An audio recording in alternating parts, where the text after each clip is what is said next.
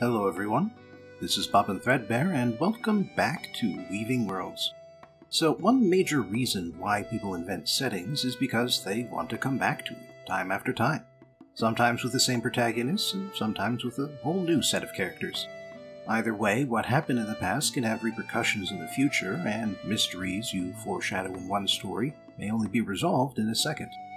But as it turns out, using long-running mysteries in your stories is a lot like playing with fire.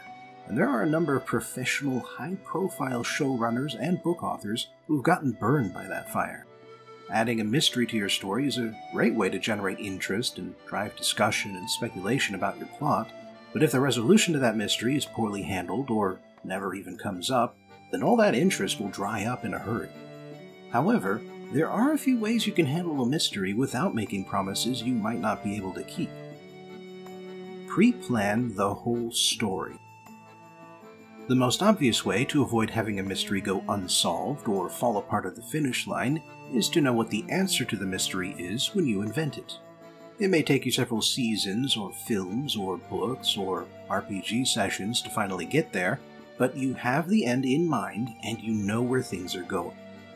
The upside to this technique is that you avoid the main pitfall of creating a mystery without having a plan because, guess what? You have a plan.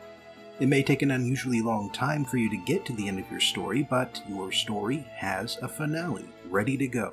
One that answers all the questions and resolves all the dangling threads. However, there are also some downsides to this approach. First of all, if you work in a cooperative medium such as tabletop role-playing games or Hollywood films, then the ending you had in mind might not be the ending you originally intended. You might lose creative control over the project, and whoever takes over after you will want to take the story in a different direction. Or maybe a bad roll of the dice or a creative player in a tabletop setting will completely change the nature of your campaign arc. You can also do it to yourself. Stories have a tendency to change as you write them, and what seemed like a logical series of events when you started could end up feeling contrived or meaningless as your story and its characters evolve. Then there's the fact that a fully planned out story has a set endpoint to it, and once you reach that endpoint, the story is over. Now there's nothing wrong with having a story with a start, middle, and end all planned out, but a lot can happen during the years it can take for a serialized story to finish. Maybe your show gets more seasons than you expect, and so you have to stretch out the middle with filler episodes and side stories. Maybe you get fewer than you want, and so you have to concentrate 20 episodes of content into 5 episodes of runtime. Or maybe you finish your story exactly when you want it to finish, but then you have to come up with something to take place afterwards, and it's just not as satisfying. For all of these reasons, I don't recommend planning out a whole story arc when completing that arc may be a project that takes several years. It can work if you know exactly how much time you'll get to tell your story, but if your time limit is open-ended, then your story should be too. So let's move on to some other techniques. Plant curiosities instead of mysteries. A mystery is a question that is central to your story, and answering that question is necessary to resolve your story's plot. A curiosity is a question that's set to one side of the story, and so if it never gets resolved, some of your audience might wonder about it, but none of them will care. At least not the first time it comes up. Let me give you an example of what I'm talking about. In the book Skyflight, I had a character speculate at one point that an island could be big enough that its inhabitants might not even realize that they're floating over a void, because the edge of the island is too far away. The reason I put that in is because if I ever return to the setting one day, I would want the story to explore that kind of island. However, if I never return to the setting, then that bit of speculation will remain a bit of speculation, and the story of Skyflight won't be any the worse for it. So while you can follow up on a curiosity to create a new story or build upon an existing foundation for a story, you can also abandon a curiosity without harming the overall narrative of your setting. What you've written so far can safely stand on its own, even if you are unable to write anything more. That is the difference between a curiosity and a mystery. Use retroactive foreshadowing. In Isaac Asimov's book, Robots and Empire, a mad scientist triggers a device that causes the Earth to start emitting deadly amounts of radiation. However, this radiation only builds up over the course of several centuries, and so humanity is able to safely evacuate the planet and go on to build a galactic empire. In his next book, Foundation and Earth, a man from the Foundation searches for planet Earth, but discovers that it's too irradiated to be habitable. This coincides with the fact that in the original Foundation trilogy, written decades before either book, humanity had built a galactic empire, but had no idea where Earth was. This also fits with his Empire novel series, also written earlier, in which Earth's location is known, but the planet is too irradiated to live on. In the earlier books, Earth's condition is a curiosity, something that has nothing to do with the main story. But in Robots and Empire, stopping the radiation device is the focus of the last act. And then, in Foundation and Earth, all of these facts come together during the book's conclusion. Asimov did not write each book knowing what would happen next or how he would tie them all together, but by focusing on these common elements, he was able to unify 3 of his most famous fictional settings. So what I mean by retroactive foreshadowing is that you look at an important element in one story that could stand on its own, and then use it in some new way for a second story. It's not a curiosity because it's too important, and it wasn't originally supposed to be a mystery, but when you return to it from a new angle and start challenging some of the assumptions you made the first time around, suddenly you have a new set of questions that your newest story can answer.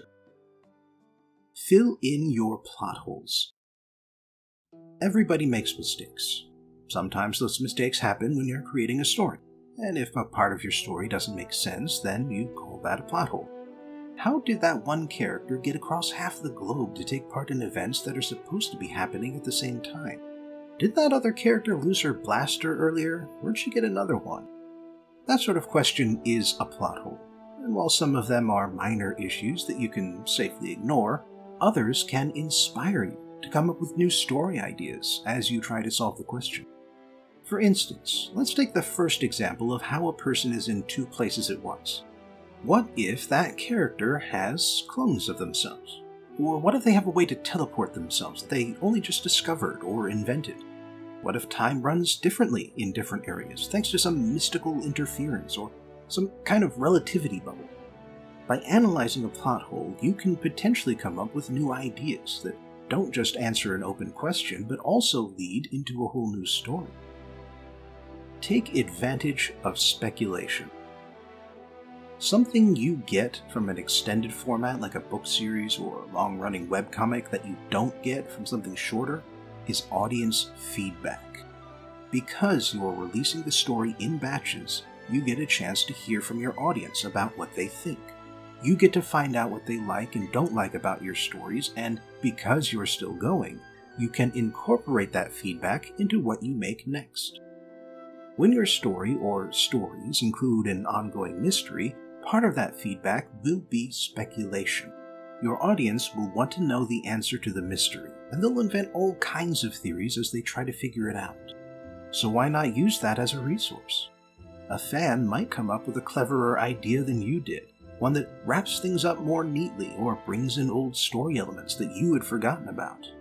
Or maybe a theory becomes really popular among your audience and, while it doesn't match your original plan, it's so clearly what they want that you really owe it to them to make it come true. And that assertion leads quite nicely into the last segment.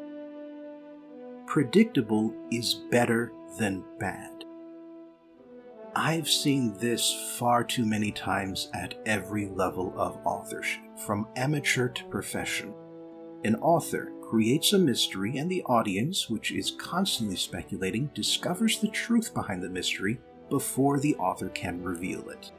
The author then sees that the mystery has been solved, and instead of just shrugging and proceeding with the story, they say, "How can I surprise anyone if they know what the big twist is going to be?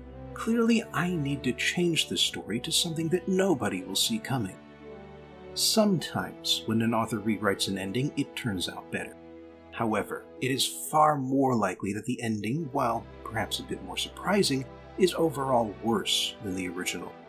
This is because good endings are very often predictable ones, and unpredictable endings are random and illogical, which is bad. And while it is, of course, possible to be both surprising and good at the same time, a surprising but logical ending can still be predicted by a smart audience member. And so if you, as the author, don't want anyone to guess your mystery, your only recourse is the illogical. What all this means is that changing your ending for the sake of being unpredictable is the one idea that's worse than coming up with a mystery without knowing its resolution. It's possible to invent a mystery and resolve it later, but it's much less possible to come up with a good ending that no one can see coming. So always focus on writing a good story first and a good mystery second. Because if you give your audience time to guess at your mystery before you reveal the answer, a lot of them will figure it out. And that isn't bad. Thanks for joining me again for today's journey into Weaving Worlds. Please like, share, and subscribe because that raises my visibility here on YouTube. Check out my other stuff if you have some time, support me on Patreon if you have some money, and I hope I'll see you again for the next video.